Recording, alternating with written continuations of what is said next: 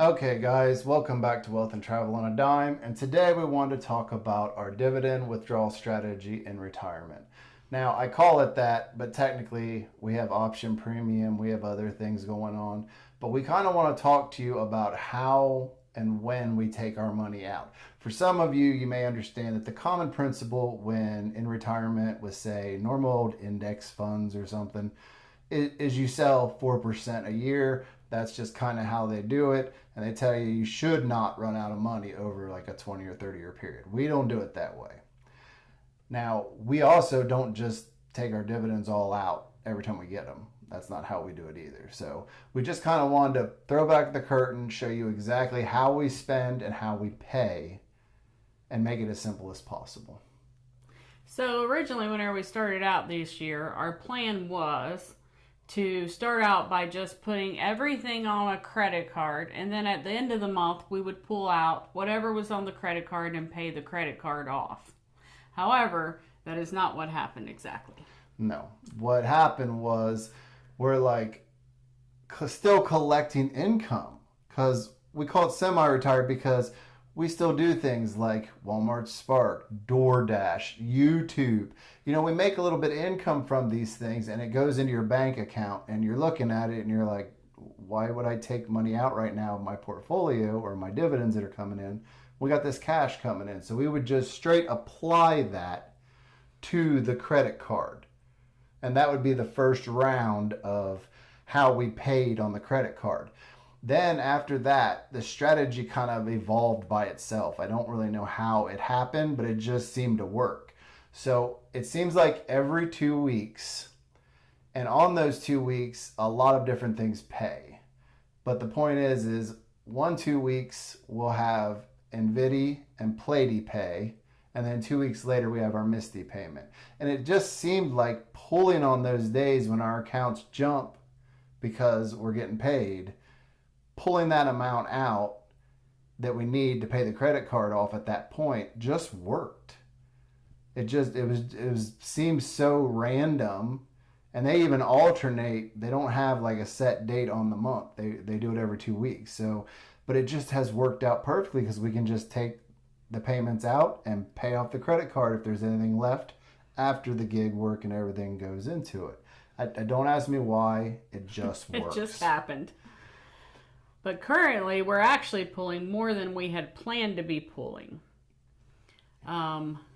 Mainly because in the first half of the year is when we pay all of our yearly bills, such as we pay our year's worth of income tax, we pay year's worth of house insurance, year's worth of car insurance, we pay our property taxes. Normally we had our big vet bills in the beginning of the year, and we would buy our dogs their medicines to last for the year. So everything was within the first 6 months of the year. So we were actually pulling more than what we'd planned, but we also had some other expenses. Yes.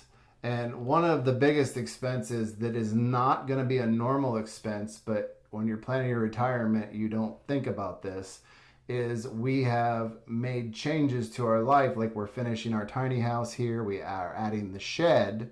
And we're adding the shed because we're selling the main property in the main house that we used to live in.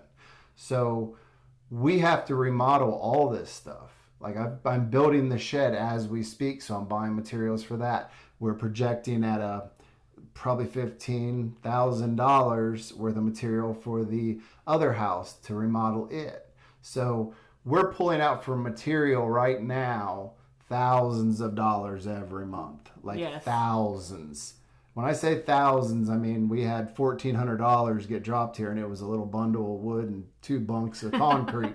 You know what I mean? So we're looking at metal somewhere in the range of $3,000 to $5,000 just for the shed. The shed. And and the drywall and stuff. So we are really spending a lot of material, but we are banking on getting a lot of that money back when we sell. He's spending a lot of money. Really? Well, I may have taken a few vacations this year. A few, she says. So, if you guys have been watching the channel, you've seen that we've been going to Airbnbs, Myrtle Beach and doing camping trips, and we've got a bunch more things coming up in the future. We're doing a trip with each one of the kids, and the grandkids. The grandkids, yep. We're going on a cruise at the end of the year, so we got a lot of things still going Florida. on. Florida, Virginia Beach. Yep. And I'm trying to talk him in November and December because I just think we should finish out the year.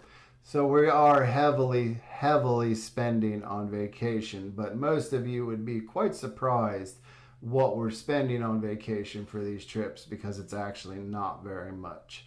I mean, we stayed at the campground at Myrtle Beach. That was not that expensive. The Airbnb in Illinois, that was not that expensive, especially for having Riverside and a pool. Mm-hmm. But we've been spending pretty aggressively, and we're still doing fine. And now we're entering the 6 months where it's just like daily bills or monthly bills, none of our yearly bills. So we actually should be doing better. Should be doing a lot better. Now, honey, now that you're 6 months in, with this the withdrawal strategy from our dividend portfolio, how do you feel it has been working so far? So, obviously the market goes up and down and does its thing, right? But I feel very comfortable with the way that we have been doing our withdrawal strategy because I feel like our accounts are still staying where they need to be, and we're pulling the money that we need to be pulling, and sometimes a little bit more. So I am very comfortable with it. What? What does it look?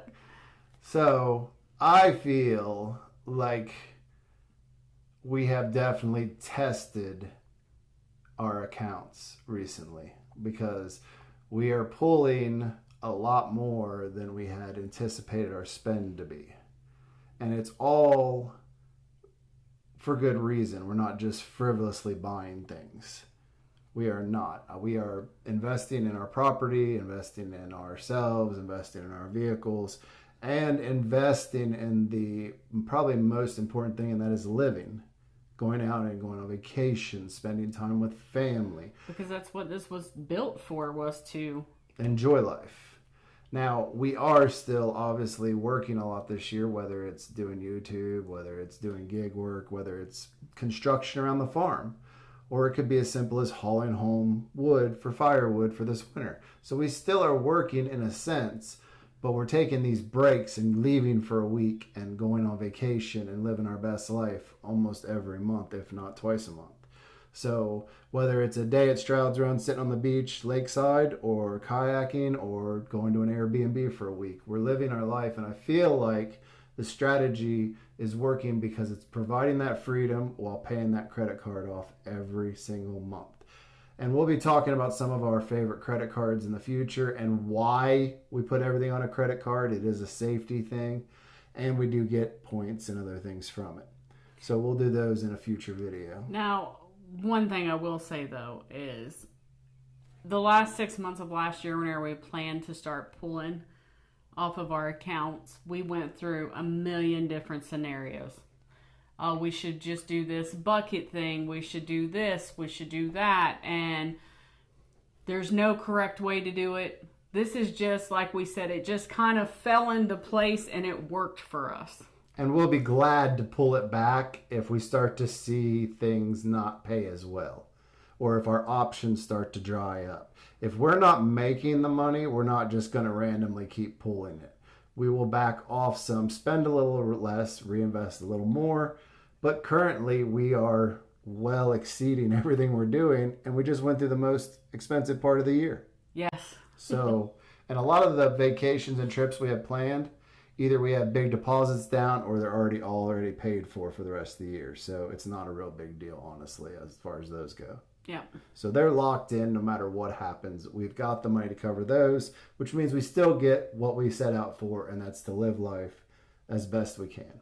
But if you haven't already, and I don't know why you wouldn't have, go down, hit subscribe, hit the notification bell so you see all of our upcoming videos.